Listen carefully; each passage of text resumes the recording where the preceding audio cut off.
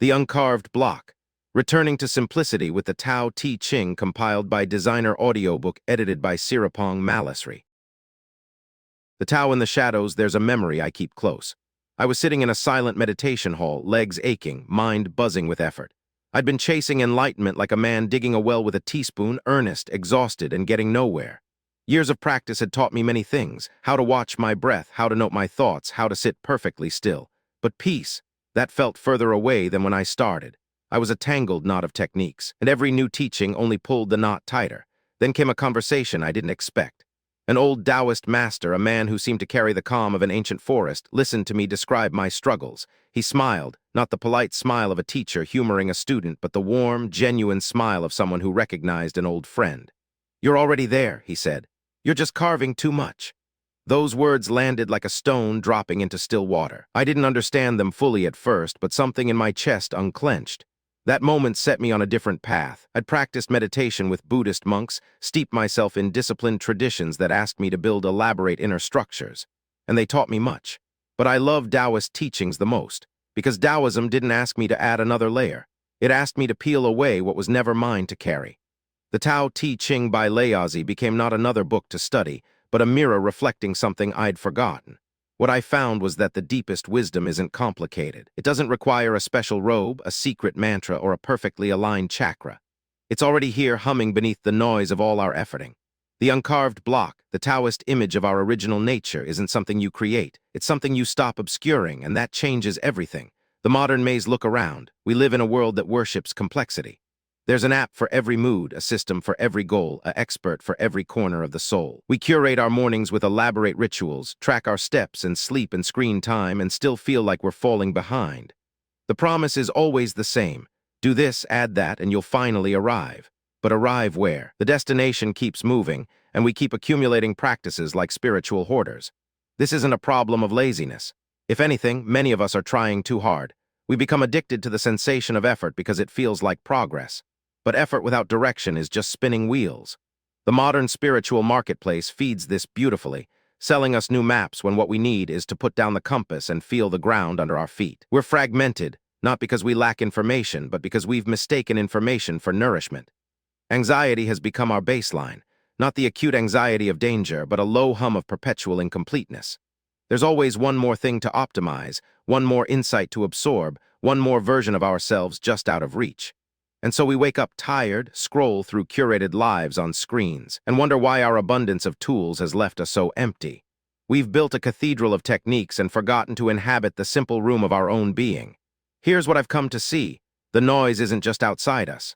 The notifications, the endless options, the cultural pressure to be extraordinary, these are symptoms. The deeper noise is the voice inside that says we're not enough as we are.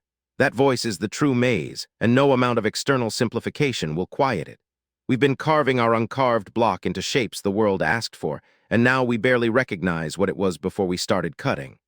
The key insight, the Tao Te Ching by Laozi, offers a radical perspective. It doesn't present a ladder to climb. It presents a home to return to. And the door to that home isn't a key you earn, it's a hand you release. Everything we've been taught about growth, about becoming, about reaching our potential, gets flipped on its head. The sage, Laozi tells us, does nothing and leaves nothing undone. Not because of magical powers, but because alignment with the Tao is inherently effortless. This isn't about giving up ambition or becoming passive. It's about recognizing the difference between swimming with the current and thrashing against it. Most of our exhaustion comes from the thrashing, the shoulds, the musts, the desperate attempts to control outcomes we were never meant to control. Wisdom in the Taoist view is subtraction, not adding more practices, more insights, more layers of self-improvement, but carefully, gently removing what doesn't belong to us. Let me be clear, subtraction is harder than addition. Adding feels productive. Adding gives us a checklist, a sense of motion, a way to measure ourselves against yesterday. Subtraction asks us to trust that enough is already here. That's terrifying to a mind trained in accumulation. But it's also the only door to genuine ease. When we stop adding, we start seeing the original shape of our nature, the flow we were born into, the wisdom that doesn't need a syllabus. The uncarved block isn't a project. It's not something you sculpt into a saint or a success story. It's already whole, already complete, already aligned with the Tao. The key insight of the Tao Te Ching is that the carving, the endless shaping, improving, fixing, is the problem, not the solution. You don't need to become someone else. You need to stop carving long enough to notice who you've always been. The promise this book is an invitation, not a prescription. There are no 10-step formulas here, no daily schedules, no progress trackers. If that's what you're hoping for, I understand the pull, but I'm not going to feed that hunger. Instead, I want to walk with you through the places where complexity has crept in, the mental habits, the spiritual striving, the quiet desperation to finally get it right, and show you how to set down the weight, not all at once, just piece by piece, breath by breath. We'll explore the traps that catch us again and again, the tyranny of shoulds, the ghost of constant improvement, the illusion that we can control the uncontrollable. But naming those traps is only half the work. The other half is discovering what's already here when we stop falling into them. That discovery is where the uncarved block comes in. It's the core principle of the Tao, and in later chapters we'll look at it from every angle, what it is, how to live it, and what happens when life inevitably carves us up again. The path I'm describing doesn't require you to retreat to a mountain cave or abandon your responsibilities. It unfolds right where you are, in the kitchen, at your desk, in the quiet moments between tasks. Simplicity isn't a destination you travel to. It's a way of traveling. And the Tao Te Ching by Laozi is the most reliable guide I've ever found, not because it gives instructions, but because it shows you how to stop needing them. My hope is that by the end of our time together, you'll feel something shift, not the rush of a new insight, but the slow, steady settling of a stone finding its place in a riverbed. You don't need to become anything more than you already are. The uncarved block is not a goal, it's a remembering. And that remembering is the most natural thing in the world. Complexity traps us. The tyranny of shoulds. Maya set her alarm for 5. Not because she needed to be anywhere. She worked from home, a marketing director with a flexible schedule. But because every spiritual teacher she followed insisted the morning was sacred. So she woke in the dark, fumbled for her phone, and began. 20 minutes of meditation, back straight against a cushion that had cost more than her first office chair. Then a gratitude journal, 3 things she was thankful for, written in a leather-bound book with a ribbon marker. After that, 10 affirmations spoken into the bathroom mirror, her reflection blurry with sleep. She was doing everything right. She was also exhausted, and the knot in her stomach tightened a little more each morning, because the shoulds had multiplied. She should be more present.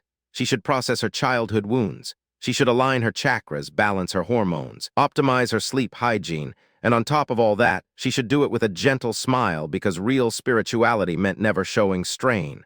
The rules had become a cage made of good intentions.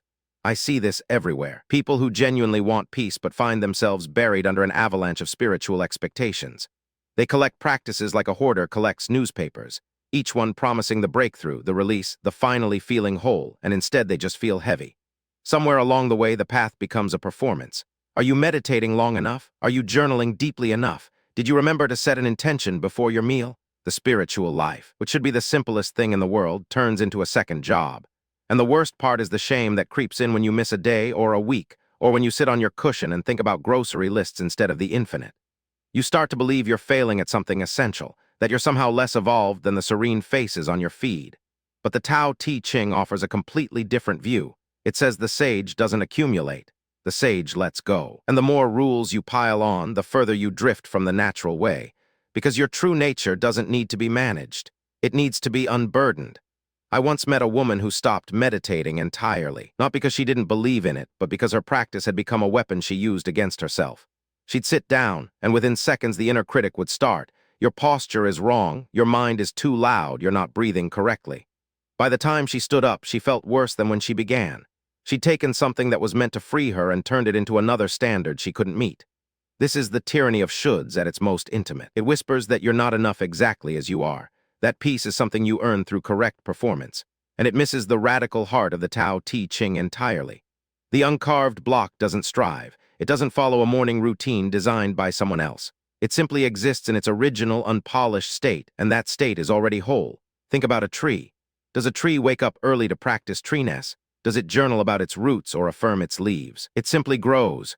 It bends in the wind, it drops its seeds, it turns toward the light without a single instruction manual. That's not laziness. That's the deepest kind of intelligence, the intelligence that knows what it is and trusts that knowing. We've forgotten this. We've been taught that growth requires constant effort, constant vigilance, constant improvement. But the oak tree doesn't improve itself, it becomes itself. And becoming is not the same as optimizing. Becoming is a natural unfolding. Optimizing is a nervous tightening. They feel completely different in the body. One opens, the other clenches. So if you recognize yourself in Maya, waking before dawn to a list of spiritual duties that leave you more anxious than alive, I want you to hear something clearly. The problem isn't you. It's not that you're undisciplined or lazy or somehow incapable of peace. The problem is the framework itself. You've been handed a map that leads in circles. The Tao Te Ching asks a startling question. What if you didn't need a map at all? What if the way home is simply to stop walking in the wrong direction? The sage, it says, does nothing, and nothing is left undone. Not because the sage is passive, but because the sage has stopped interfering with the natural order. The river doesn't strain toward the sea. It follows gravity and arrives exactly where it's meant to be. You have a gravity too, a pull toward ease, toward simplicity, toward a life that feels like your own. The shoulds are just rocks in the stream. You don't have to carry them. The ghost of constant improvement, Leo, tracked everything. His sleep score, his resting heart rate, his meditation minutes, his mood on a scale of 1 to 10, his productivity measured in completed tasks, his macros, his micros, his screen time, his gratitude practice streaks. He had a spreadsheet for his personal growth and a separate app for his spiritual development. Every Sunday evening, he reviewed his numbers. If the meditation minutes were down from the previous week, he felt a quiet panic, like he was slipping, like the person he wanted to become was receding from view. Leo wasn't unhappy. He was just never, ever satisfied. There was always another metric to improve, another area of life that could be 10% better. He called it growth. But it felt a lot like running on a treadmill that sped up the moment you found your stride. This ghost haunts modern spirituality. We've smuggled the logic of capitalism into our inner lives and called it self-improvement. Optimize your morning, optimize your mind, optimize your soul. The language itself is revealing. We talk about spiritual growth like it's a startup scaling toward an IPO. But the Tao Te Ching has no interest in optimization. In fact, it warns against it. The pursuit of knowledge, it says, adds something every day. The pursuit of the Tao subtracts something every day. Subtract and subtract until you arrive at non-action, until you arrive at what is already here. The ghost whispers that you're not there yet. The Tao says you were never anywhere else. Here's what I've noticed over years of watching people chase improvement. The ones who feel the most empty are often the ones who look the most put together on paper. They've read the books, attended the retreats, mastered the techniques. Their external life is a showcase of spiritual competence. But inside, there's a quiet desperation, because no amount of progress ever feels like enough. Hit the goal and the goalpost moves. Reach the milestone and a new mountain appears.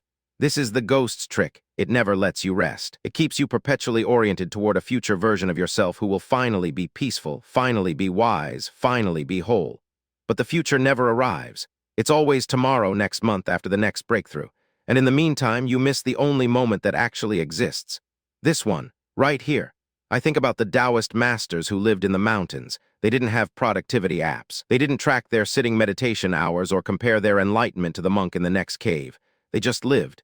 They woke with the sun and slept with the dark. They ate when hungry and rested when tired. They watched the seasons turn and let themselves be turned with them. This isn't romantic nostalgia. It's a profoundly practical insight. The natural world doesn't optimize. It cycles. It doesn't climb a ladder. It moves in rhythms. And you, despite all your spreadsheets and trackers, are still part of that natural world. Your nervous system doesn't know about quarterly goals. It knows about safety, rest, connection, and presence. Constant improvement fractures your attention. It pulls you out of your actual life and into an imagined future where everything is finally sorted. But the Tao Te Ching says the sage is content with what is. Not complacent, there's a crucial difference, but at home in the present moment without needing it to be different. Contentment isn't the absence of ambition, it's the presence of wholeness. You can do things, create things, love things, all from a place of fullness rather than lack. The ghost tells you you're incomplete and sells you the remedy. The Tao says you're already complete and invites you to notice. That's not a philosophy. That's a felt shift. It lands in the body as an exhale you didn't realize you'd been holding. The illusion of control. Nadia was a planner. Her calendar stretched months ahead, color-coded with work deadlines, family obligations, and self-care blocks she treated like ironclad appointments. She believed that if she could just get the right systems in place, the right routines, the right backup plans, the right contingencies for the contingencies, she could finally relax. But the relaxation never came, because life stubbornly refused to cooperate. A client changed the brief at the last minute. Her daughter woke up sick on the morning of a big presentation. The flight got canceled. The contractor ran over budget. The world kept doing what the world does, which is surprise and disappoint and append. And every time, Nadia felt the same spike of panic. I should have seen this coming. I should have been more prepared. She was trying to hold the ocean in a teacup and blaming herself for the spill. This is the illusion of control, and it's one of the deepest traps we fall into. We convince ourselves that if we manage enough variables, we can secure a smooth life. So we manage, we plan, we anticipate, we worry, activities that feel productive but actually just generate more anxiety. The effort becomes a full-time job and the payoff is a mirage. The Tao Te Ching calls this out directly. It says the world is a sacred vessel that cannot be controlled. Whoever tries to seize it will spoil it. Whoever grasps will lose. These aren't mystical riddles. They're accurate descriptions of how reality works. The more you try to hold things in place, the more things slip through your fingers. The tighter your grip, the more exhausted you become, and the universe, indifferent to your color coding, carries on exactly as it will. I see this trap show up most painfully in spiritual seekers who think they can control their inner states. They meditate to banish anxiety. They journal to process every difficult emotion into submission. They affirm their way toward a permanently positive mindset. But the mind doesn't work that way. Thoughts arise unbidden. Feelings crest and fall like waves. You can't schedule them or manage them into obedience. The attempt to do so is itself the source of tremendous suffering. In Taoist thinking, the wise person doesn't try to control the stream. They learn to swim with it. They let feelings come and let them go without grabbing hold or pushing away. They trust the natural intelligence of the body-mind to regulate itself, which it does beautifully when we stop interfering. There's a story about a farmer in the Taoist tradition. His horse runs away and the neighbors come to console him. Maybe, he says, the next day the horse returns with a wild mare. The neighbors congratulate him. Maybe, he says, his son breaks his leg trying to tame the mare. The neighbors offer sympathy. Maybe, he says, then the army comes through conscripting all able-bodied young men, but they pass over the son because of his injury. The farmer doesn't try to control outcomes. He doesn't label them good or bad before the story is finished. He simply meets what comes with an open palm. This isn't passivity. It's profound alignment with the way things actually are. You can't know the full arc of any event when you're in the middle of it. The thing you're fighting might be the thing that saves you. The thing you're chasing might be the thing that entraps you. But if you release the need to steer every outcome, you discover a freedom that planning could never provide. The physical toll of constant control is something we rarely talk about. Tight shoulders, shallow breath, a jaw that's permanently clenched. The body holds the belief that if it stops managing, everything will fall apart. But that belief is a lie. Trees don't fall apart when they stop managing the wind. They flex. Rivers don't fail when they stop controlling their flow. They find the path of least resistance and carve canyons over time. Your life has that same intelligence running through it. The Tao is not something you activate through effort. It's already operating. Always. The question isn't how to take control. It's how to let go enough to feel the current that's been carrying you all along. The hollow of Moralina's apartment was full. Shelves of books she hadn't read but meant to, kitchen gadgets still in their boxes, a closet bursting with clothes that represented versions of herself she hoped to become. She had 2 meditation apps, a subscription to a wellness platform, and a library of courses on everything from breathwork to ancestral healing. She consumed content the way some people eat chips, mindlessly, continuously, never quite satisfied. Each new purchase, each new enrollment gave her a small hit of possibility. This one will be the thing. This teacher will have the missing piece. This practice will finally unlock the piece I've been chasing. But the feeling never lasted. Within days, sometimes hours, the shimmer wore off, and she was scrolling again, looking for the next fix. Her spiritual life had become a shopping addiction dressed in sacred language. This is the hollow of more, the hunger that grows the more you feed it. It's a trap because it feels like progress. We mistake accumulation for growth. More knowledge, more practices, more experiences must mean we're moving forward. But the Tao Te Ching cuts through this with devastating clarity. It says the sage desires no desires and holds no value for goods hard to come by. Not because the sage is ascetic or joyless, but because the sage knows that fulfillment doesn't come from outside. It comes from the inner stillness that is already complete. The endless pursuit of more is actually a flight from that stillness. We keep moving, keep collecting, keep consuming, because if we stopped, we might have to face the quiet that's been waiting for us. And many people are terrified of that quiet. I've watched this play out in spiritual communities for years. People collect initiations like merit badges. They chase peak experiences, the retreat high, the ceremony breakthrough, the moment of transcendental insight. Then they come home and the high fades and they book the next thing. They're addicted to the intensity, not the integration. And the whole apparatus is fueled by a single underlying belief. I am not okay as I am. I need something added to me, some special knowledge, some extraordinary experience to become whole. But the Tao Te Ching says the sage wears common clothes and carries a jade heart, which means you don't need to look special or feel special to be aligned with the deepest truth. The ordinary is sacred enough. Your kitchen table is as holy as any temple. Your breath right now is as profound as any vision quest. The problem isn't that you lack more. The problem is that you've been taught to distrust the simple. There's a line I think about often. In the pursuit of knowledge, every day something is added. In the pursuit of the Tao, every day something is dropped. The hollow of more keeps you in the first pursuit. It promises that the next book, the next teacher, the next technique will complete you. But completion isn't additive. It's reductive. You don't become whole by piling on pieces. You become whole by removing the debris that obscures what was already there. Think of a sculptor. She doesn't add clay to make a statue. She takes away what doesn't belong. The figure was always in the stone. She just reveals it. Your wholeness is the same. It's not a distant achievement. It's a present reality buried under layers of shoulds, improvement projects, control strategies, and the relentless pursuit of more. The irony is that the hollow of more often leaves people emptier than they began. Every acquisition raises the baseline. What once felt like a treat becomes a requirement. The morning routine that felt luxurious becomes a chore. The insight that felt earth-shattering becomes yesterday's news, and the hunger grows sharper, not duller. This is the real cost. It's not just the money or the time. It's the way the pursuit of more reinforces the lie that you are insufficient. Every purchase whispers, you're not enough yet. Every new practice implies you're still broken. After years of this, the soul starts to believe it, and that belief is the true poverty, far more damaging than any external lack.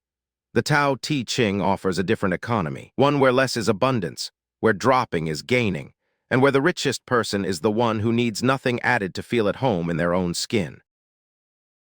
Principle of the Tao 2. 1. What is Pu? Hiroshi had read a dozen spiritual books that year, and every one of them had a list. Meditate for 20 minutes. Journal with 5 prompts. Recite this affirmation. Track your progress. He tried Buddhism, Stoicism, and a productivity system disguised as mindfulness. Nothing stuck. Then, in a used bookstore, he found a thin, stained copy of the Tao Te Ching. The first verse seemed to mock him. The Tao that can be named is not the eternal Tao. He almost put it back, but he kept reading, and when he reached the line about the uncarved block, he paused. No lists, no stages, no master promising him enlightenment if he just worked harder. Just an image, a piece of wood uncut, waiting in its own fullness. In Taoist thought, Pu is the uncarved block. It is our original nature before society, ambition, fear, and self-help gurus started chiseling away at us. Think of a tree that has never known the saw. Its shape is not a mistake to be corrected. It doesn't need to become a chair or a temple beam to justify its existence. It simply is, and in that simple being, everything it needs is already present. You were born Pu. Every child, before they learn to perform, is Pu. They laugh without explaining why. They cry without apologizing. They look at an ant on the sidewalk with total absorption, not because an app told them to practice mindfulness, but because their mind hasn't yet been divided against itself. Laozi offers this image not as a metaphor for ignorance, but for wholeness. When wood is uncarved, nothing has been taken away. It contains every possible shape, but it is committed to none. That's the crucial difference between Pu and what we usually call potential. Potential is always future-oriented. It says you will be valuable later once you've become something. Pu says you are already complete. The block doesn't need to become a masterpiece. The block is already in its very blockness, a kind of perfection that a carved statue can never possess because the statue has lost something. Carving is subtraction, and every subtraction is a small death. But we are taught the opposite from the moment we can understand words. Get good grades to become a good student. Get a good job to become a good provider. Meditate every morning to become a good spiritual person. Every become is a chisel, and the chisel doesn't ask permission. It just takes another sliver off. By the time we're adults, we are ornate, elaborate, and exhausted. We mistake our carving, our degrees, our routines, our carefully curated identities for who we are. But the Tao Te Ching whispers that who we are is the wood beneath the carving. Still there, still whole, just buried under a lot of well-intentioned cuts. The uncarved block doesn't mean having no shape at all. A block has edges, it has density, it occupies space. Pu is not formlessness, it is unforced form. It's the shape you take when you stop trying to reshape yourself for every person you meet, every role you play, every expectation that glues itself to your skin. The block doesn't apologize for its weight. It doesn't wish it were a vase. And here's the quiet relief hidden in this teaching. You don't have to carve yourself to be worthy of love or peace or even enlightenment. You just have to stop carving. Put down the chisel. Feel the grain that was always there. This runs against everything the self-improvement industry tells you. That industry survives by convincing you that you are broken and that the next book, the next course, the next morning routine is the tool that will finally fix you. The Tao Te Ching says you aren't broken. You're just buried in shavings. The uncarved block is not an achievement. It is a recovery. You aren't building a new self. You're clearing away everything that is not yourself. And that clearing is not a project. It's a relaxing. It's the exhale after decades of holding your breath underwater, finally realizing you could breathe all along. Hiroshi closed the little book and walked into his garden. A bamboo grove swayed in the wind, and he watched it without trying to learn anything from it. He wasn't analyzing its resilience or turning it into a lesson. He just watched. For the first time in years, he felt no urgency to improve the moment. The uncarved block had nothing to offer him except its own existence. And somehow, that was everything. Wu Wai effortless action. There's a creek not far from where I once stayed with the Taoist master. In dry season, it was barely a trickle. In monsoon, it swelled and roared. One afternoon, he pointed to it and said, "The water does not try." I waited for him to elaborate, but he just walked away. For weeks, that sentence sat in my mind like a pebble in my shoe. The water does not try. It doesn't wake up early to practice being water. It doesn't read books about how to flow. It just flows. And yet, given enough time, that same effortless water cuts canyons through granite. Effortless doesn't mean weak. It means not wasting a single drop of energy second-guessing its own nature. Wu Wai is the principle of effortless action, and it might be the most misunderstood concept in Taoism. When people first hear it, they imagine lounging on a couch while the universe delivers their dreams. That's laziness. And laziness is just another form of effort, the effort of avoiding effort. Wu Wai is something much more alive. It's the way a hawk rides a thermal without flapping. The hawk isn't passive, it's exquisitely alert. Every feather adjusts to the air. But it doesn't fight gravity. It cooperates with a force larger than itself. Effortless action is action that doesn't strain against the natural grain of the moment. It finds the path of least resistance, not because it's lazy, but because resistance is just friction, and friction burns energy that could be used for flight. Think of a time when you were so absorbed in an activity that you lost track of time. Maybe it was painting or cooking, or playing with a child, or just walking in a quiet place. You weren't trying to be good at it, you just were it. The action and the doer became one thing like a river and its current. That's a glimpse of Wu Wai. The moment you start watching yourself act, observing from a mental distance, evaluating, critiquing, you've split into two, and that split is effort, the actor trying to please the critic never satisfied. Wu Wai is what happens when the critic takes a nap, and the actor just acts, unobserved even by itself. The Tao Te Ching is full of water imagery, and for good reason. Water is the perfect teacher of Wu Wai. It always takes the simplest path downward. It doesn't argue with the rock, it goes around it. If the rock is immovable, water settles and waits. Over centuries, it dissolves the rock entirely, not by assaulting it, but by persisting without tension. Laozi writes, "Nothing in the world is softer and weaker than water, but for attacking the hard and strong, nothing surpasses it." Softness is not submissiveness, it's strategic patience. It's knowing that forcing a door open often breaks the hinge, while a gentle push at the right moment lets you walk through with the door still intact. But we've been trained to believe that effort equals virtue. The more you sweat, the more you deserve. The earlier you rise, the more moral you are. This conflation of struggle and goodness is not Taoist. It's a cultural inheritance from work ethics that measure worth by output. Wu Wai asks a dangerous question. What if the things that come easily to you are not signs of laziness, but signs of alignment? What if the activity that exhausts your friend but energizes you is actually the Tao moving through you, and to fight it is to fight the current of your own life? The difficulty is discerning the difference between genuine ease and mere avoidance. That discernment takes honesty and it takes practice. But the practice itself should not be a grind. How do you know if you're in Wu Wai or just avoiding something hard? Here's a simple test. After the action, do you feel nourished or depleted? Wu Wai might tire the body, but it doesn't deplete the spirit. A poet after a long night of writing may be physically exhausted, but there's a quiet glow about them, a sense of having been used by something beautiful. That's Wu Wai. On the other hand, if you feel drained, resentful, hollow, that's forced effort. Your life force leaked out through the cracks of pretending. Learning to trust that distinction is the work of a lifetime, but it begins with a single permission. You are allowed to stop doing things that kill your spirit, even if everyone else says those things are necessary. The Taoist master's silence that afternoon was its own teaching. He could have given me a lecture, drawn diagrams, cited ancient commentators. Instead, he pointed at water and walked away. He was demonstrating Wu Wai in the act of teaching. He didn't try to convince me. He just planted a seed and trusted the rain of my own curiosity to make it grow. That's the final secret of effortless action. It leaves no footprints. It doesn't need credit. It acts and then forgets the action, the way a tree drops its fruit and never looks back to see who picks it up. 2. The gentle power of yielding. A friend of mine once trained in Aikido. On his first day, the sensei, a man in his 70s, asked the biggest student to attack him.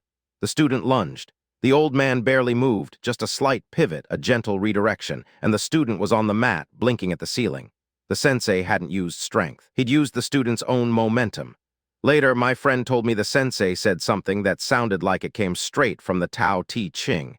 You don't win by opposing, you win by yielding. The student had done all the work of throwing himself. The master just gave him somewhere to fall. This is the principle of yielding, and it runs counter to every instinct we have. When something pushes us, we push back. When someone argues, we raise our voice. When life gets hard, we clench our fists and brace ourselves. We are creatures of resistance. But Laozi saw that hardness is brittle. A stiff branch snaps in a storm. A supple branch bends and springs back. The stiff branch is proud of its strength right up until the moment it breaks. The supple branch looks weak, but it's the one still attached to the tree when the sun comes out. Yielding is not defeat. It's the strategic wisdom of staying whole. The Tao Te Ching praises the valley over the mountain peak. The mountain is grand and visible. It attracts climbers and poets. But the valley is where water gathers. The valley is where soil is deep and life is richest. The valley doesn't compete with the mountain. It just receives. And in receiving, it becomes fertile in ways the peak can never be. This is not a rejection of achievement. It's a quiet reminder that the highest places are often the driest. The people who achieve the most visible success are often the most brittle. They have risen by resisting, and they stay risen by continuing to resist. Eventually, the effort of staying upright exhausts them. The valley just sits there, effortlessly full. How does this apply to a life? Think of a conversation where you're determined to be right. Your shoulders tighten. Your mind races ahead to your next point while the other person is still speaking. You're not listening, you're fortifying. That's the mountain posture. The valley posture would be to let the other person's words land without immediately countering them. To pause, to ask a question instead of making a point. You haven't lost. You've just stopped trying to win. And in stopping, you might actually hear something true. The argument might dissolve not because you defeated it, but because you stopped feeding it your resistance. Yielding also means yielding to reality itself. Most of our suffering comes from arguing with what is. The traffic is heavy and we fume. The rain canceled the picnic and we rage at the sky. We exhaust ourselves in wars we cannot win, wars against weather, against time, against other people's free choices. Yielding is the moment you stop fighting these things and start asking a different question. What now? The traffic isn't going to vanish because you're angry. But if you accept it, you might notice the song on the radio, or the quality of the afternoon light, or the simple fact that you are alive and breathing in a metal box on wheels, which is, when you think about it, a miracle you've taken for granted. Yielding makes room for gratitude. Resistance makes room for nothing but more resistance. There's a line in the Tao Te Ching that says, "The soft overcomes the hard, the gentle overcomes the rigid." Everyone knows this, but few can practice it. Why is it so hard? Because yielding feels like losing, especially in a culture that worships winning. We think if we don't stand our ground, we'll be trampled. But standing your ground is exactly what makes you trampleable. If you're a wall, someone can knock you down. If you're air, what are they going to hit? Yielding isn't about letting people walk all over you. It's about becoming something so fluid that aggression passes through you without finding anything to break against. This takes immense trust in a deeper order beyond your immediate threat response. When you yield, you are trusting that the Tao is larger than this moment of conflict. You're trusting that your worth isn't at stake in this small battle. You're trusting that softening won't destroy you. And each time that trust is validated, you become a little more valley and a little less mountain. You hold more water. You grow more life. And you discover that the power you were so afraid of losing was never really power at all. It was just tension masquerading as strength. 2. For stillness as the foundation, there was a pond near the monastery where I first encountered formal meditation. Every morning before sunrise, the monks would sit around it in silence. The water was always perfectly still at that hour. Not a ripple, not a single insect dimpling the surface. One of the elder monks once told me that the stillness of the pond was not an absence. It was a presence. The pond wasn't empty. It was full of itself. Trees, clouds, the morning star, all reflected with perfect clarity, but only because the water was unmoving. If you threw a stone in, the reflections shattered. The water was still water. The sky was still sky. But the image of the sky was gone until the ripples settled. This is why the Tao Te Ching treats stillness as foundational. Not stillness as a technique, but stillness as the natural state from which all true action arises. A churning mind cannot reflect the truth. It can only reflect its own chaos. The thoughts bouncing around are just stones we keep throwing into our own pond, and then we wonder why our vision is so fragmented. Laozi doesn't prescribe elaborate meditations to calm the mind. He simply points out that the mind, left to itself, will settle. Muddy water, if you let it sit, becomes clear. You don't have to filter it, you just have to stop stirring it. But we live in a world that stirs us constantly. Notifications, headlines, the endless scroll of other people's curated lives, and worse, we've internalized the stirring. Even when the external noise stops, the internal noise continues. We replay conversations. We rehearse future arguments. We plan and worry and strategize. The mind acts as if stillness is dangerous, as if stopping, even for a moment, will cause everything to fall apart. But the irony is that everything falls apart precisely because we never stop. We make foolish decisions not because we're bad people, but because we're acting from a muddy mind. Stillness is not luxury. It is clarity, and clarity is survival. How do you access this stillness? The Tao Te Ching doesn't offer a 10-step program. It offers an invitation. Notice what is already still. Even in the midst of agitation, there is something in you that observes the agitation without being agitated. That observer is still. It is not a thought. It is the space in which thoughts appear. You can't force yourself into that space because forcing is just another thought. But you can notice that the space is already there. It has always been there. It is the background of your entire life. Before you were a person with a name and a history, there was this silent, aware presence. It didn't come from your parents. It won't leave when your body dies. It is the Tao looking out through your eyes. When you begin to trust this stillness, your relationship to action changes. Instead of acting frantically from the churning surface, you begin to act from the depths. Actions from the surface are reactive. They respond to the last thing that happened. Actions from the depths are responsive. They answer the actual situation, not the story you're telling yourself about the situation. This is why the sage in the Tao Te Ching is often described as someone who does nothing, yet nothing is left undone. The sage's mind is still, so the sage's actions are precise. A single movement like the calligrapher's single brushstroke contains more power than 1,000 frantic scribbles. This stillness is also the source of the uncarved block. When you stop carving, what remains is not a void. It's a stillness that is impossibly alive. You feel your own existence without needing to define it. You are simply here, and from that simple here-ness, a spontaneous, unforced way of being arises. You don't have to plan your personality. You don't have to curate your reactions. You just respond the way water responds to the shape of the riverbed. This is the ultimate freedom the Tao Te Ching points to, not freedom to do whatever you want, but freedom from the compulsion to always be doing something. Freedom to be still, and in that stillness to finally meet yourself. One evening, after months of studying with the Taoist master, I asked him if there was a special practice for cultivating stillness.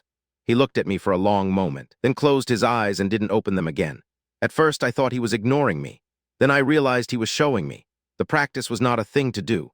The practice was the stillness itself, already present, already waiting, not needing my effort or my anxiety or my questions. I sat there with him in the growing dark, the pond behind us perfectly calm, and for a few minutes I was perfectly calm too. Nothing had changed. And yet somehow everything had changed. Simplicity day by day 3. 1. The art of subtraction. Amir stared at his weekly calendar on a Tuesday morning and felt a quiet horror. Every hour was colored in. There was the 5:30 a.m. meditation sit, the 7 a.m. green smoothie prep, the productivity deep work blocks, the evening gratitude journal, the weekend silent retreat waitlist. He'd built a cathedral of self-optimization, and he was the exhausted priest tending every altar. The thought of adding one more thing made his stomach clench. But the Tao Te Ching doesn't ask for more altars. It points to the empty space in the room where the light enters. Taoist practice begins with a radical question. What can I remove? Not what habit can I stack, what ritual can I install, what new discipline will finally make me whole. Subtraction is the gateway, and it works because it trusts your nature. You don't need a better system. You need less friction between you and the spontaneous flow that is already there underneath the clutter. Every object, commitment, and thought pattern you carry is either nourishing stillness or draining it. Most of what we carry, we never chose. We inherited it from anxious cultures, well-meaning teachers, and frightened parents who loved us by filling every silence with instruction. Here is a practice so simple you'll want to dismiss it, and that is exactly why it works. Once a week, remove one thing, one unnecessary commitment from your calendar, one object from your living space that doesn't serve peace, one thought pattern you've been rehearsing that always leads to the same tightness in your chest. Don't replace it. Don't fill the gap. Let the emptiness sit there like a clear pond after a stone sinks. The first time you do this, you'll feel naked. The second time, curious. By the 4th week, you'll notice something strange. With less, you feel more like yourself. This is not minimalism as aesthetic. Minimalism often becomes another tyranny, another performance measured in how few books you own or how white your walls are. Taoist subtraction is quieter. It asks, does this commitment carry my life force, or does it borrow against it? Does this object make me breathe deeper, or does it whisper a subtle accusation that I'm not enough? The sage doesn't count possessions or compare emptiness with others. The sage simply notices what is heavy and sets it down, not to impress anyone, but because the arms were tired.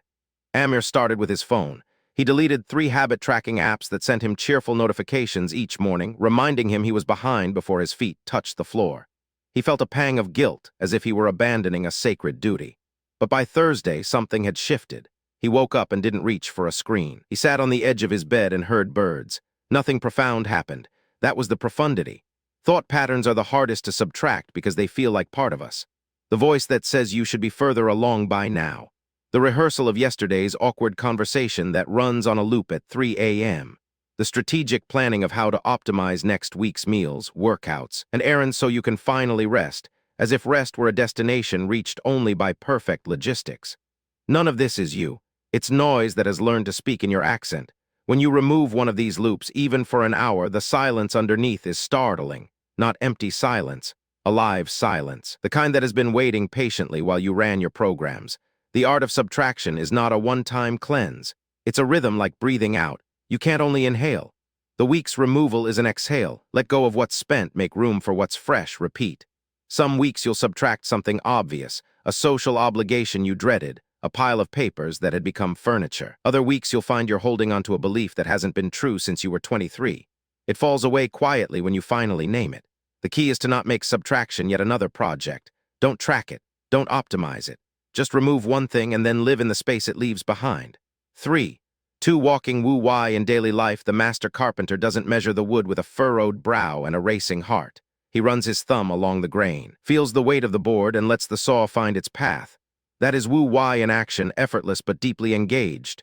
Not passive, not lazy, aligned. So how does an overwhelmed software developer, a school principal, a retired nurse find that same quality of motion in a world of notifications and deadlines?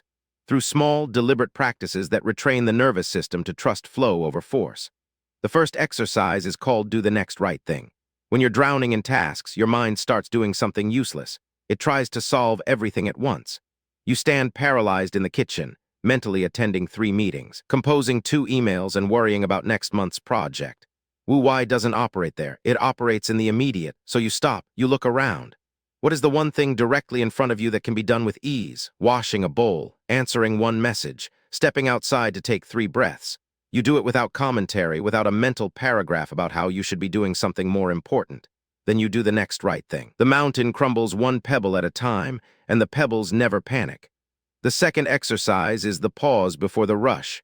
Most of us have a contractive reflex before we begin anything difficult. The shoulders tighten, the breath shallows, the mind launches into a frantic strategy session. That contraction is force, not flow. The practice is to notice the pre-action tension and simply wait with it for 3 full breaths. Nothing else. You don't fix it, you don't override it with positive affirmations. You feel the impulse to rush, and you let it crest and settle like a wave on sand. Then from that softer ground, you begin the task. What you'll find is that the task is always easier than the pre-task anxiety made it seem. The anxiety was the real effort all along.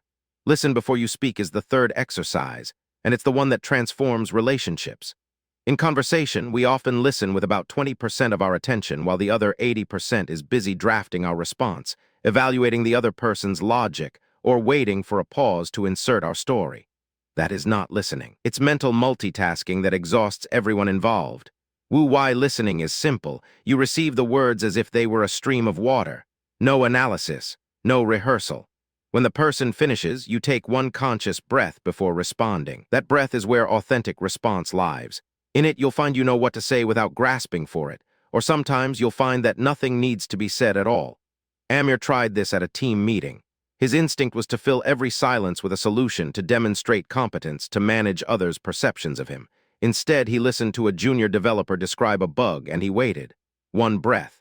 In the silence, a question surfaced that he wouldn't have found if he'd been rushing to answer. What would happen if we didn't fix it? The room paused. The question reframed the entire problem, and it only arose because he'd gotten out of his own way. That's the paradox of wu-wai. Your best contributions often come when you stop contributing compulsively. These 3 exercises are not separate techniques. They are doorways into the same state. Do the next right thing drops you into the body. The pause before the rush dissolves the friction between intention and action. Listen before you speak opens the relational field so wisdom can circulate. Practice one until it becomes natural, then add another. The goal is not to perform them perfectly. Goal is to notice over time that effort is no longer your default operating system. Something gentler and more precise has taken its place. 3. The breath as the gateway. There exists a vast industry dedicated to teaching you how to breathe. Box breathing, pranayama, Wim Hof, holotropic, the 4-7-8, the alternate nostril. Each has value, and each can become another stick to beat yourself with when you forget to do it. The Taoist approach is simpler. So simple it barely qualifies as a practice. It is this: notice that you are already breathing and let your attention rest there without manipulation. The breath is the one function that bridges the voluntary and the involuntary, the conscious and the autonomic. It is the thread that ties you to the moment, and you don't have to pull it, adjust it, or improve it. I once asked my Taoist master what the correct breathing technique was. He looked at me like I'd asked how to make my heart beat correctly. "You are breathing," he said. "The problem is you forgot. Remembering is the whole teaching." That's it. Noticing the breath is remembering that you have a body, that this body is alive, and that this aliveness is happening right now, not in some future state of enlightenment. The breath becomes a gateway not because you control it, but because you stop ignoring it. Try it now even as you read. Feel the air moving through your nostrils, cool on the inhale, warm on the exhale. Feel the slight movement of your ribs, the gentle rise and fall of your belly. Don't change the rhythm. Don't make it deeper or slower. Just watch. For about 5 seconds, your thinking mind will cooperate. Then it will wander to an email, a memory, a grocery list. That's not failure. That's the design. The breath practice is not about maintaining unbroken attention. It's about returning again and again without drama whenever you remember. Each return is a quiet victory over the momentum of distraction. This noticing can be done anywhere: waiting in line, sitting at a red light, lying in bed before sleep. The breath is always there, an anchor that asks nothing of you but attention. Over weeks, something shifts. You start to notice when you're holding your breath during a tense conversation. You notice the shallow, rapid breathing that precedes a spiral of anxious thoughts. Noticing isn't curing. It's just shining a small light, and that light is often enough to loosen the knot. You can't force a clenched muscle to relax by yelling at it, but you can notice it's clenched, and in the noticing, it often lets go on its own. There is no progression. You don't become a better breather. You don't level up to advanced noticing. The breath is equally miraculous on day 1 and day 10,000. The only difference is that the one who notices slowly stops identifying with the chaos that passes through the mind. You begin to sense that you are the space in which the breath moves, not the breath itself. That shift is subtle, and it is everything. It's the difference between being tossed by waves and resting on the ocean floor while waves pass overhead. 3. For the sage's meal and the fool's banquet. A fool sits down to eat, and his mind is already at the dessert, or in tomorrow's meeting, or replaying the argument he had that morning.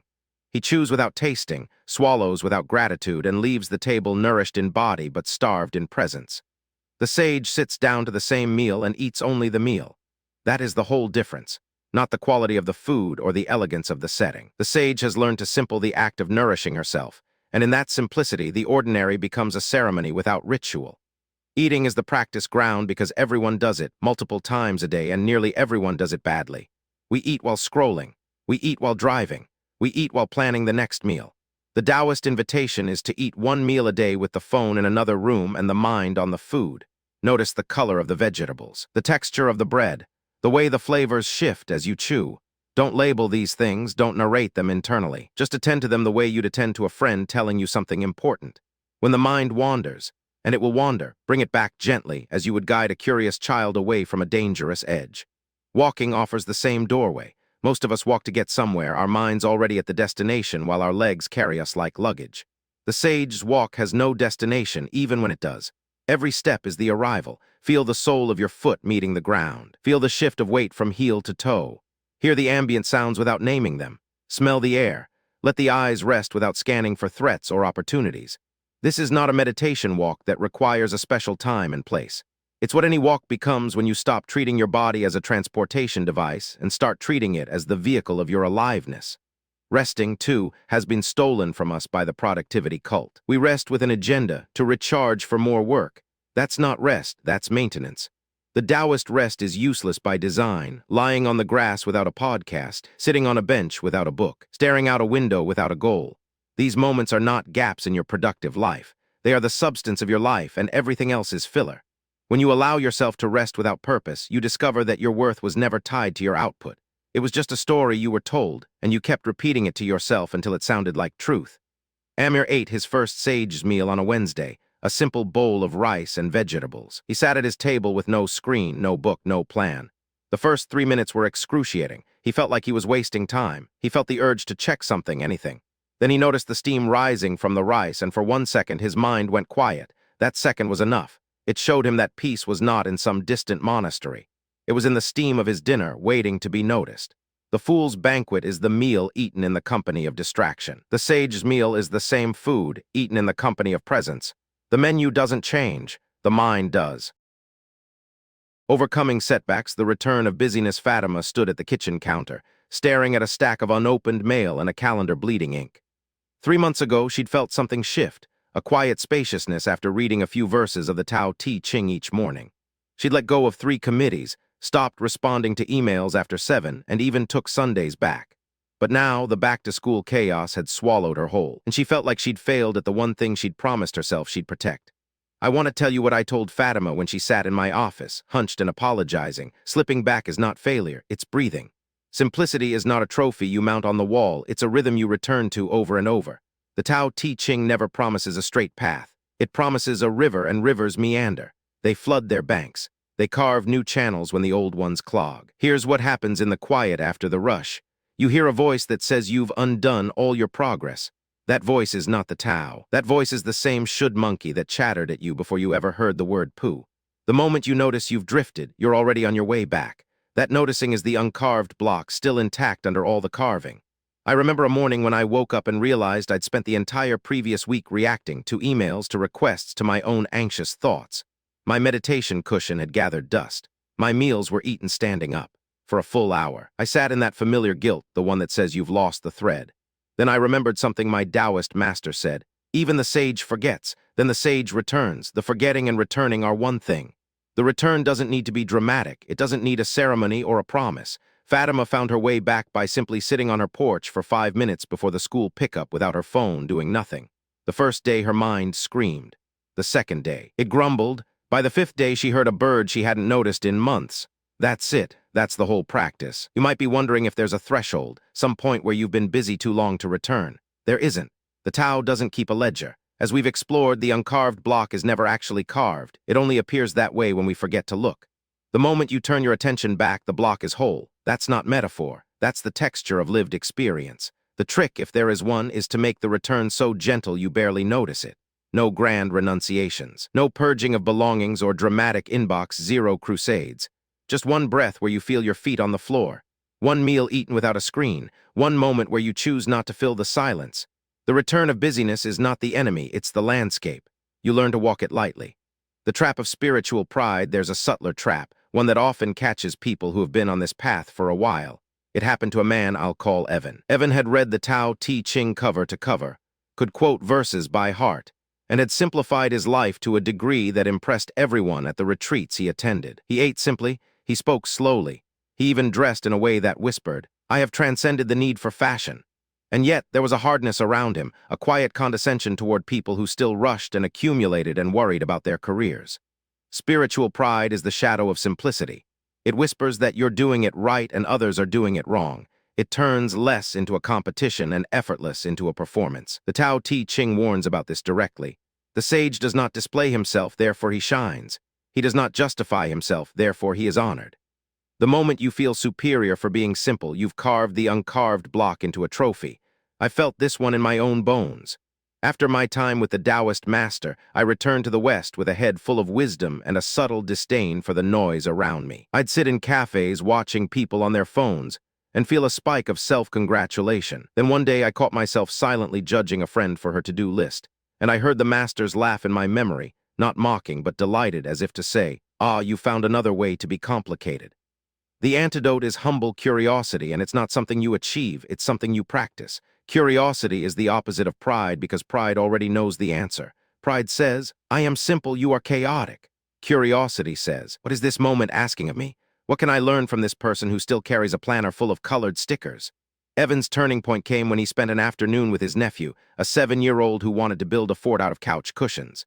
Evan hesitated. Building forts felt frivolous, unspiritual. But the boy's joy was so unguarded that Evan eventually crawled in. For an hour, they were just 2 mammals in a cushion cave, and Evan forgot to be enlightened. That forgetting was his return. Watch for the signs. A tight feeling when someone talks about their busy life, a need to mention that you don't own a television, a private scorecard of who is more mindful. These are not moral failings. They're just the mind doing what minds do, which is build identities. The uncarved block doesn't need an identity. It doesn't need to be the simple one. It just is without comparison. The Tao doesn't rank beings. The bamboo doesn't envy the oak. The river doesn't judge the puddle. When spiritual pride arises, which it will, you don't need to fight it. You just need to notice it with the same gentle attention you'd give a child who's showing off. Ah, there you are again, little pride. And then, without making a big deal of it, you return to whatever is directly in front of you, the dish in your hand, the breath in your chest, the person speaking. When effort becomes force, Wu Wei is arguably the most misunderstood concept in Taoism. People hear effortless action and imagine floating through life in a blissed-out haze, never breaking a sweat.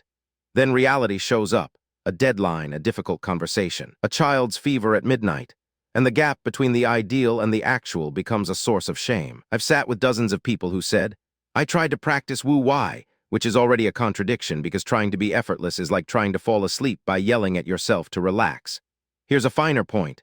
There is a line between effort that aligns with the Tao and effort that forces against it. The first feels like a river finding its channel, purposeful, clear, almost gravitational. The second feels like pushing a boulder uphill with your forehead. Both use energy, both involve action, but one is nourishing and the other is draining. The trouble is, when you've been in forcing mode for decades, it can be hard to tell the difference. A client I worked with, let's call him Amir, came to me after burning out on his own simplicity practice. He'd set up a beautiful morning routine, meditation, tea, a chapter of the Tao Te Ching, and for 2 months it felt expansive. Then work got intense, and he started waking up earlier to fit it all in. And soon he was rushing through his meditation with a clenched jaw, furious if the tea steeped too long. The practice that had freed him had become another stick to beat himself with. The first step in troubleshooting this is to release the idea of doing it right. Wu Wei is not a technique you can perfect. It's a quality of attention you can only sense when the pressure is off. When Amir realized he was forcing his effortlessness, I suggested something that sounded lazy: skip the routine entirely for a week. Don't meditate. Don't read the Tao. Just notice what your body wants in the morning. The first day he paced. The second, he sat on the floor and did nothing for a long time, not meditating, just being. By the third, he was humming while he made coffee and the tightness had dissolved. Sometimes the effort becomes force because we've attached a story to it. The story says, if I don't keep this up, I'll lose everything I've gained. But the Tao doesn't work like a savings account. There is no gain and no loss. There's only the present quality of your participation. If your practice feels like a cage, for the love of all that is sacred, step out of it. The uncarved block is not refined by discipline. It's revealed by release. Another sign of force is comparison listening. You read a book or talk to a friend who seems more uncarved than you, and suddenly you're measuring your inner state against theirs. That measurement is force in disguise. It creates an artificial distance between you and your own experience. The Tao Te Ching says, when you are content to be simply yourself and don't compare or compete, everybody will respect you. Contentment is not complacency, it's the foundation from which genuine action arises without strain. When you catch yourself forcing, and you will, the remedy is absurdly simple. Pause and ask, what would this moment be like if I weren't trying to improve it? Not fix it, not optimize it, just meet it. The breath is already breathing. The heart is already beating. For just a second, let that be enough. That pause is not laziness. It's the re-entry point into Wu Wei. From there, the next action rises on its own, like a bird taking off without a runway. The heron in the storm. I once watched a heron stand in a marsh during a sudden thunderstorm. The rain came down in sheets, the wind bent the reeds flat against the water, and I, huddled under a leaky overhang, felt a surge of anxiety just watching. But the heron didn't flinch. It didn't fight the wind or try to fly. It stood perfectly still, its long neck slightly retracted, its eyes steady. When the storm passed, it unfolded one leg, then the other, and took a slow, deliberate step into the shallows, as if nothing had happened. That heron has become my teacher for the moments when life turns chaotic. Because here's the thing, stillness is not immobility. The heron wasn't frozen. It was present, alert, and engaged, but it wasn't expending a single unnecessary calorie fighting conditions it couldn't change. That's the difference between the stillness of the uncarved block and the paralysis of overwhelm. One is a choice rooted in trust. The other is a shutdown rooted in fear. You don't need a marsh or a heron to practice this. You need a moment when everything is going sideways. A child's tantrum in the grocery aisle, a sudden car repair, a boss who changes the deadline at 4:55 p.m. on a Friday. In that moment, your nervous system will want to do one of two things: rev up or shut down. But there's a third option, and it's the heron option. You can stand still inside the storm. What does that look like practically? It looks like feeling your feet on the grocery store linoleum while your child screams about cereal. It looks like taking one full breath before you open the mechanic's invoice. It looks like noticing the tension in your shoulders and consciously, without blame, letting them drop. You're not ignoring the chaos, you're choosing not to add your own panic to it. A woman I worked with, let's call her Priya, discovered this during her father's long illness. She was the one in the family who held everything together. The appointments, the insurance, the tearful phone calls from relatives who wanted updates. She'd been running on adrenaline for months, and her own body was starting to break down. One afternoon, sitting in the hospital cafeteria, she remembered the heron image I'd shared. She closed her eyes, imagined the storm raging around her, and let herself be the still center. It didn't fix her father's illness. It didn't reduce the workload, but it gave her something she'd lost, the experience of not being shattered by what was happening. The Tao Te Ching says, "Be still like a mountain and flow like a great river." That's not a contradiction, it's a description of the heron in the storm. The mountain quality is the inner stability that doesn't depend on outer conditions. The river quality is the willingness to act when the time is right without hesitation. The heron didn't stay in the marsh forever. When the storm ended, it moved. But it moved from stillness, not from desperation. You will face storms. Some will be small thunderstorms that pass in an hour. Others will be seasons of loss, illness, or upheaval that reshape the entire landscape of your life. The invitation is the same. Don't add your resistance to the weather. Stand still. Feel the ground. Breathe. And when the wind's quiet, even for a moment, take one step, not because you have to, but because the next right thing is clear. That is living as the uncarved block in a world that never stops carving. Natural integrity, the identity of the uncarved. You have spent years, maybe decades, trying to become someone. The better version, the healed version, the version who finally gets it right. You have carved yourself into shapes you thought would please the world, earn love, or quiet the inner critic. But here is the quiet truth the Tao Te Ching whispers. You were never a project. You were never a block of wood that needed to become something else. You were already the uncarved block, whole and complete before you ever picked up a tool. This is not a metaphor meant to comfort you. It is a literal description of how things are. The Tao does not make mistakes. It does not create beings who need to be fixed before they can be considered complete. The rivers do not apologize for winding instead of running straight. The mountains do not wish they were valleys. They simply are what they are, expressing the Tao without hesitation. You, too, are an expression of the Tao. Your particular quirks, your odd laugh, your tendency to daydream, these are not flaws to be sanded away. They are the grain of your uncarved nature. I remember a woman named Elaine who came to one of my talks. She was in her late 50s and had spent 30 years in therapy, workshops, and retreats. She told me she felt like a mosaic made of other people's advice. She could not tell which parts were really her and which parts she had adopted to be acceptable. I asked her what she loved doing as a child before anyone taught her she should be different. She was quiet for a long time. Then she said, "I used to sit by the creek and watch tadpoles for hours. I never told anyone because it seemed so useless." That was not useless. That was the uncarved block still alive beneath all the carving. When you stop seeing yourself as a self-improvement project, something shifts in your chest. The constant pressure to become something else releases. You stop asking, "What should I do to be better?" and start asking, "What is already here wanting to be expressed?" The difference is enormous. The first question sends you on an endless chase. The second question brings you home. You are not a renovation. You are a discovery waiting to unfold. This does not mean you stop growing. A tree does not try to become a better tree. It simply grows according to its nature, reaching toward light, sinking roots into soil. It does not compare itself to the tree next to it. It does not worry that its branches are too crooked. It lives. You can live this way too. Growth becomes natural expression, not forced improvement. You read books because you are curious, not because you are broken. You practice stillness because it feels good, not because you are spiritually deficient.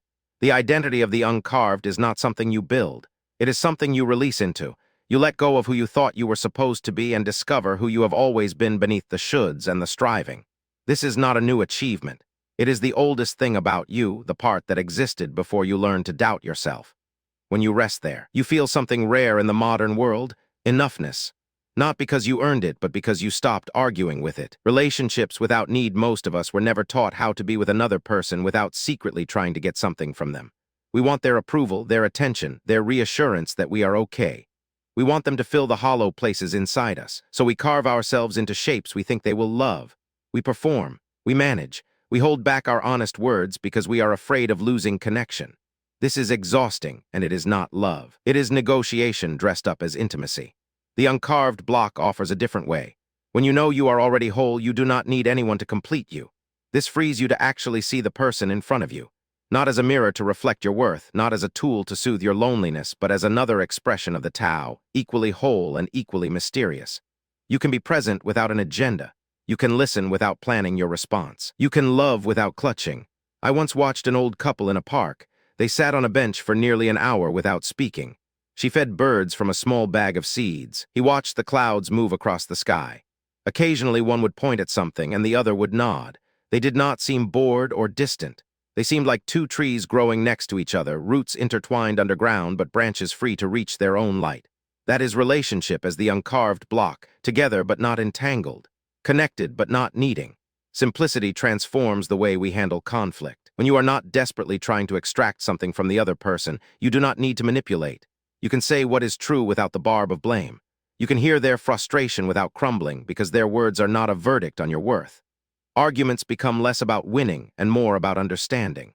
The energy that used to go into defending yourself now goes into curious listening. Expectations are the quiet killers of love. We enter relationships with a hidden list. You should make me feel special. You should call at certain times. You should be interested in what I am interested in. When the other person fails to meet these silent demands, we feel betrayed. But the uncarved block knows that expectations are just stories we wrote in our heads. The real person is never obligated to follow our script. Releasing expectations is not lowering standards. It is choosing reality over fantasy, and reality is always more alive. Gratitude grows naturally in the space where need used to live. When you stop treating people as objects that owe you something, you start noticing the simple gifts they offer. The way your partner makes tea, the dumb joke your friend texts you, the coworker who holds the door. These small moments become luminous when you are not distracted by what you think you are missing. You stop measuring what you get and start appreciating what is already given. This does not mean you tolerate disrespect or stay in relationships that harm you. The uncarved block is not a doormat. It has clear boundaries that arise naturally from self-respect, not from fear. You can walk away from what diminishes you without anger, the way a river flows around a boulder. You do not need to explain or justify. You simply move toward what nourishes and away from what depletes. This is Wu-Wei in relationships, effortless, clear, and free of drama. Work as Wu-Wei, the modern workplace, is a machine designed to carve the uncarved block into identical, efficient units. We are told to optimize, to hustle, to build a personal brand. We measure our days in productivity metrics and feel guilty when we rest. Burnout is so common it is almost unremarkable. But work was never meant to be a grind. It was meant to be a natural expression of your energy, a way of contributing to the world that leaves you more alive, not less. Wu-Wei in work does not mean you stop caring or become lazy.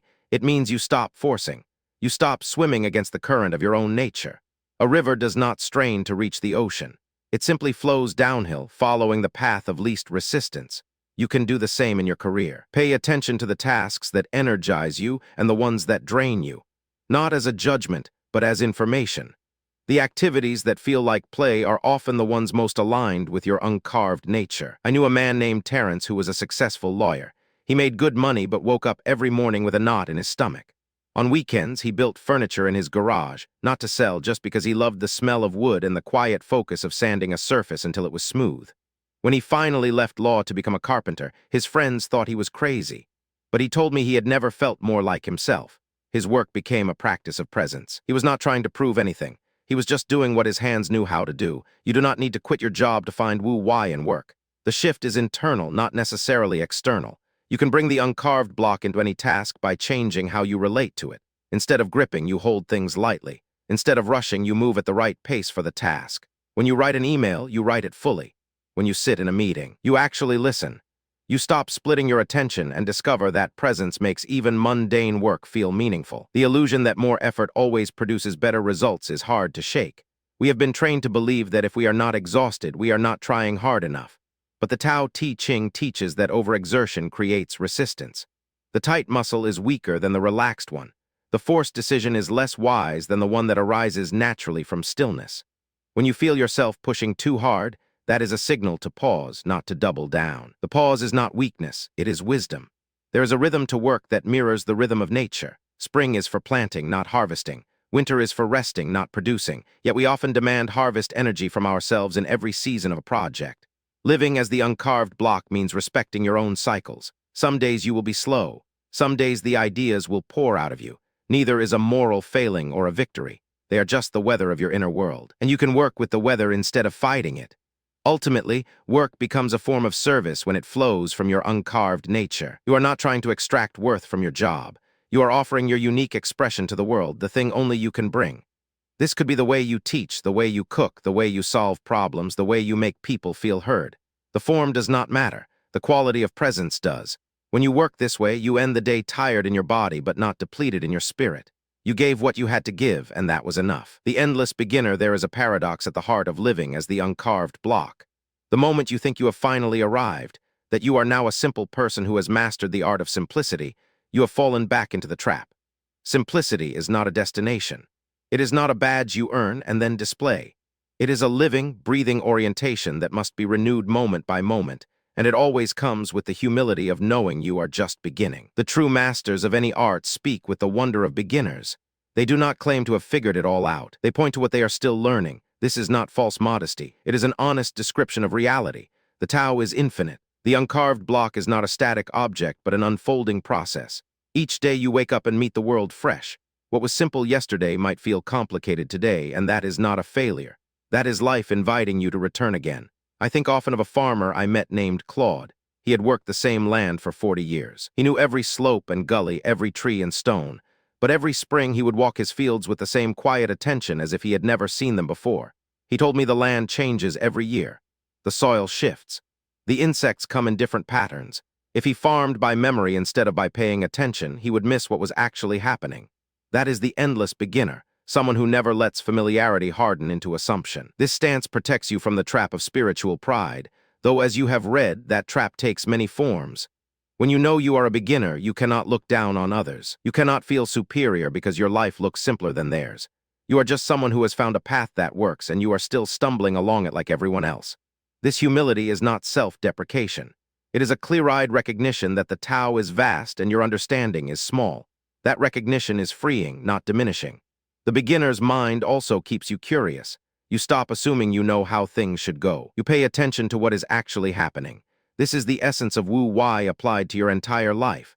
The expert mind has a plan and tries to force reality to fit it. The beginner's mind watches reality unfold and responds with flexibility. The expert is often frustrated because life refuses to follow the script. The beginner is often delighted because life is always surprising. You will never be done with this. That can feel discouraging at first. We want graduation ceremonies and certificates of completion. But the uncarved block is not a course you finish.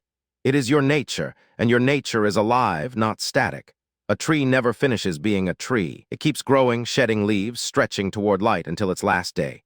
You will keep returning to simplicity until your last breath, and each return will be a little different, shaped by whatever life has brought you. There is a kind of grief in this endless returning, but also a deep peace. The grief is for the fantasy that one day you will be permanently fixed, permanently peaceful, permanently done. Let that fantasy go. It was never true and it was never kind. The peace comes from accepting that this is the dance. You will forget and remember. You will get carved and become uncarved again. You will lose your way and find it, lose it and find it, and each finding will feel like coming home to a place you never really left. The circle closes. I am standing on a quiet hillside as the first light of dawn brushes the tips of the pines. The air is cool and still. A single bird calls, and then silence returns, deeper than before.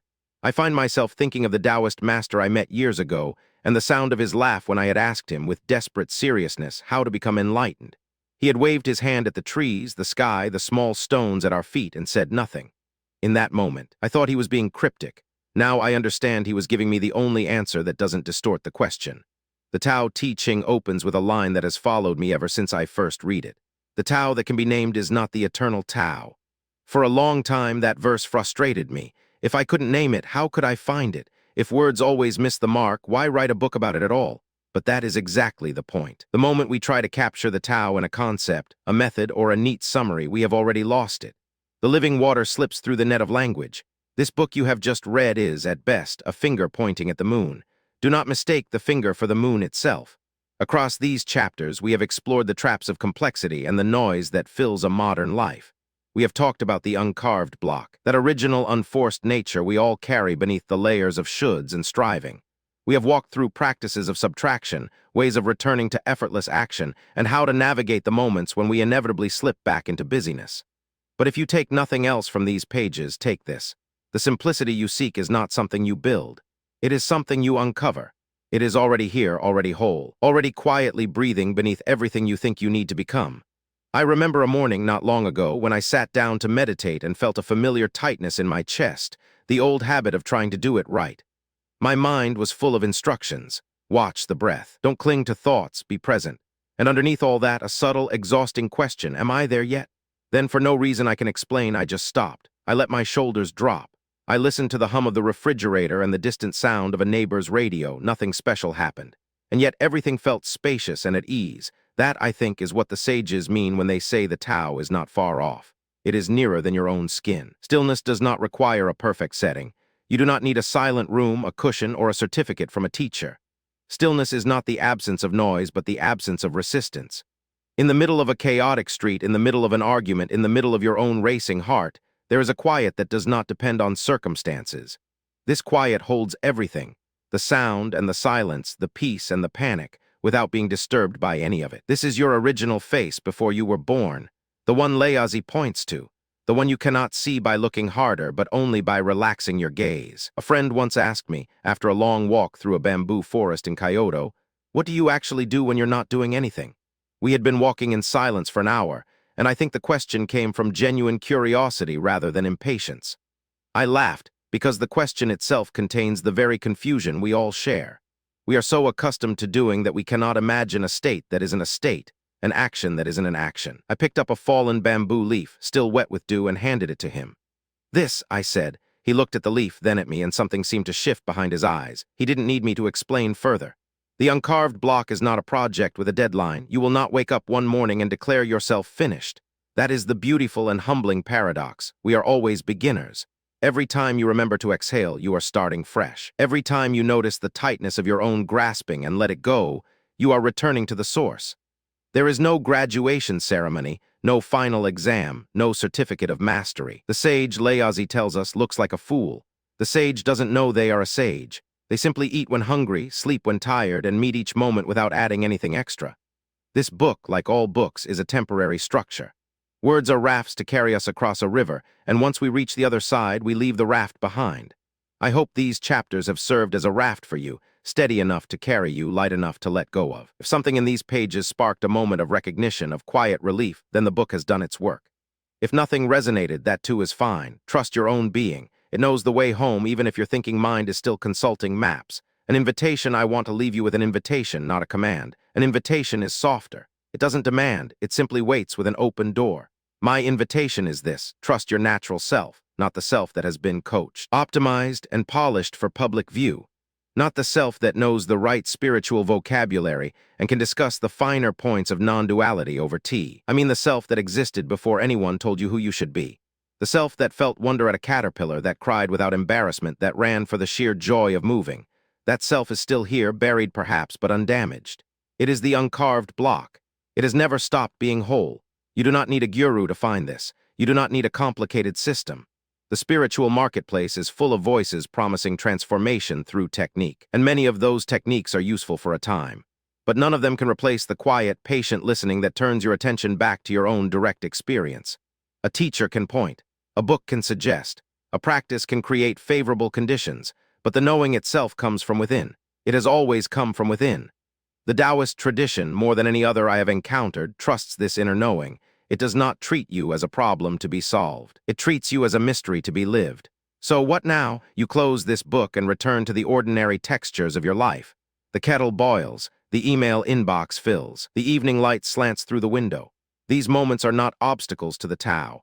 They are the Tao appearing as kettle, inbox, and window. The sacred is not hiding in a cave in the Himalayas. It is hiding in plain sight in the most mundane details of your day. The question is not where to find it, but whether you can soften enough to recognize what is already here. Can you let the dishes be dishes and not a chore to resent? Can you let the traffic be traffic and not a personal affront? Can you let yourself be yourself without needing to improve the moment? This does not mean passivity or indifference. The Taoist path is not about withdrawing from the world. It is about engaging with the world from a place of unshakable calm. When you act from the uncarved block, you act without forcing. You respond without reacting. You move with circumstances rather than against them. This is the essence of Wu Wei, the effortless action we explored earlier. A river does not struggle to reach the sea. It follows the path of least resistance, and in doing so, it carves canyons. There is immense power in this kind of yielding. It is not weakness. It is the strength of water, of a green bamboo bending under snow, of a quiet person who speaks only when necessary and whose words land with undeniable weight. I think again of my old master, who rarely gave direct answers. Once, after a week of intense meditation at his mountain retreat, I asked him what I should do with my life. He was silent for a long time. Then he pointed to a spider web near the window, glistening with morning dew. "She does not ask what she should do," he said. "She does what is hers to do." I was annoyed at first. I wanted a plan, a timeline, a clear directive. But over the years, that image of the spider has stayed with me. She builds her web where the conditions are right, with the silk that comes naturally from her own body. She does not compare her web to others. She does not worry if it is good enough. She simply does what is hers to do. That is my wish for you. Not that you become a famous spiritual teacher or a perfect human being, but that you discover what is yours to do and do it with the same quiet integrity as the spider. Your contribution to the world doesn't need to be grand. A kind word to a stranger, a meal prepared with care, a moment of genuine listening. These are the threads of the web you are weaving, the web that connects you to all of life. Do not underestimate the power of small, sincere acts. The Tao does not only flow in cathedrals and monasteries. It flows in every ordinary kindness, every moment of patience, every breath taken without grasping. You are already part of this great web. You have never been separate. The feeling of separation, that exhausting sense of being a lone self struggling against an indifferent universe, is the root of all our sorrows. And it is, in the deepest sense, an illusion. When you rest in the uncarved block, the boundaries between self and world soften. You realize that the bird singing outside your window is not outside you. Its song is happening in your awareness, and your awareness is not confined to your skull. It is vast, boundless, and utterly at peace with what is. This is not a metaphor. It is a direct experience available to anyone willing to be still and look. So here we are at the end of this small book. But endings are also beginnings, shaped by the same turn of the wheel. I am grateful you walked this path with me. I do not pretend to be an authority, only a fellow traveler who has found some breadcrumbs and wanted to share them. The path goes on from here without a map. Your feet know the way, your heart knows the way. The Tao is beneath every step, and the uncarved block, your original, luminous, uncomplicated nature, is already whole. It always was, it always will be. The uncarved block returning to. In the uncarved block, returning to simplicity with the Tao Te Ching, discover how to reclaim your essence amidst life's relentless demands. Drawing from Laozi's teachings, this guide reveals that true fulfillment comes not from striving for more, but from embracing simplicity and presence. Let go of the pressure to conform, and find peace in the art of subtraction, allowing the beauty of the uncarved block to emerge once again.